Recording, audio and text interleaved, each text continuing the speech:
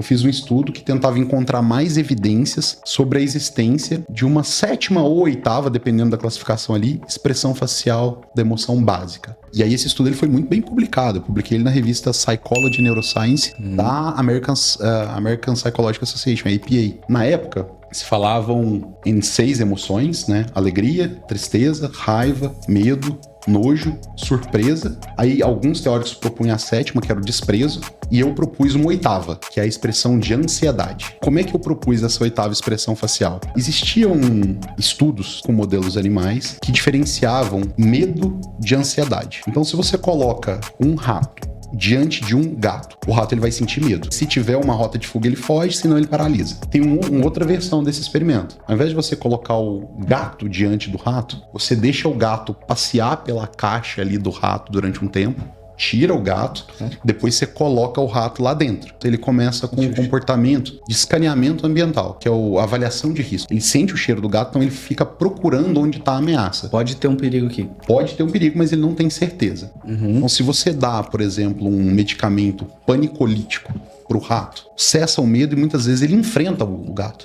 Agora, quando você dá um ansiolítico, o rato ele diminui o comportamento de avaliação de risco. Então aí se propôs a diferença entre medo e ansiedade. Será que a gente consegue replicar, de certa forma, esse experimento para humanos? Então, na prática, o que eu fiz no mestrado? Eu usei um paradigma do tipo ator-observador para avaliar isso.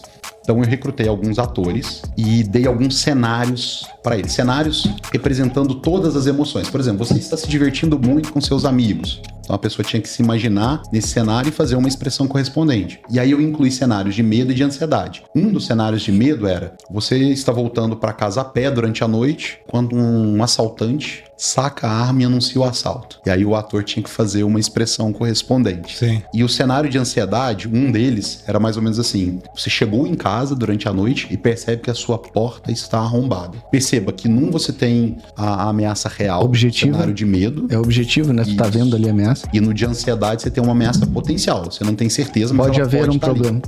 E aí os atores posaram as expressões. E eram expressões muito diferentes. A de medo era aquela mais ou menos assim. E a de ansiedade, avaliação de risco. Então esse é o modelo do ator. Aí depois eu precisei validar isso com observadores. Então criei uma espécie de teste de múltipla escolha, em que eu citei esse cenário em terceira pessoa. Ele está voltando para casa a pé durante a noite, enquanto o assaltante saca? E aí dava várias expressões para ele, qual expressão que é correspondente. E aí, todas as expressões, elas foram diferenciadas muito acima do esperado ao acaso. E a de ansiedade foi reconhecida também com altos níveis ali, e diferenciada do medo. Então, esses resultados, eles forneceram mais evidências para a possível classificação de uma expressão facial de ansiedade.